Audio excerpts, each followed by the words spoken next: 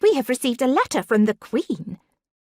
Philippa could hardly be bothered to look up from her botany book when her sister Bernadette rushed into the sitting room of Woodhaven Manor and made the announcement.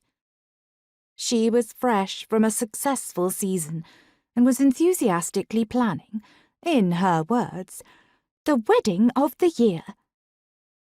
Everything had been of the utmost excitement to her. It had become exhausting. But even Philippa had to admit, a letter from Her Majesty herself was quite impressive. Her mother gasped. What would be the reason for such an important letter? Mother was almost as excited as Bernadette about her impending nuptials. As a widow, it was very important that all 3 of her daughters married well.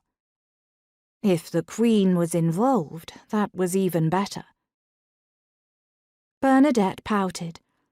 "I'm not sure yet. Margaret wouldn't give it to me. She said it should be read in the presence of everyone in the house." Philippa looked up from her book and grinned. She wasn't surprised to find Bernadette's cheeks were flushed from the cool, damp air on this rainy day, and she had on her favourite yellow dress, just back from her visits. She'd been insufferable since being promised to the Count of Cornwall. Everyone in the house had taken to giving in to her every whim, and Philippa was proud of Margaret for making her wait to hear the news with the rest of the family.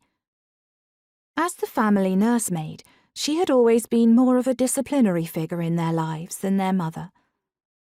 Mother had been very involved in the church, even more so since her husband had passed away, and sometimes Philippa felt like she took more after Margaret than her actual mother. Regardless of the excitement over the letter, the possibility of it being for Philippa was non-existent.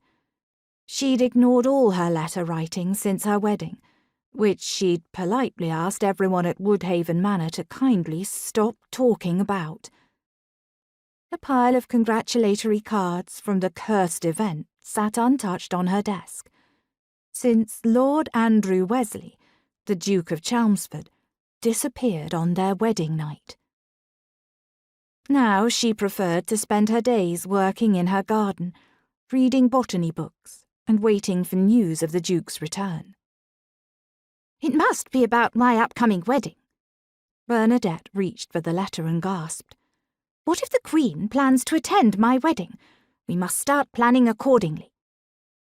Margaret tucked the letter close to her body. "It is addressed to Philippa." Bernadette and Mother gasped. Philippa couldn't have heard Margaret right. Her heart pounded in her chest as she put the book down carefully, making sure none of the leaves or dried flowers she used as placeholders fell out, and rose from the worn velvet chair that had become her favourite since she'd returned home.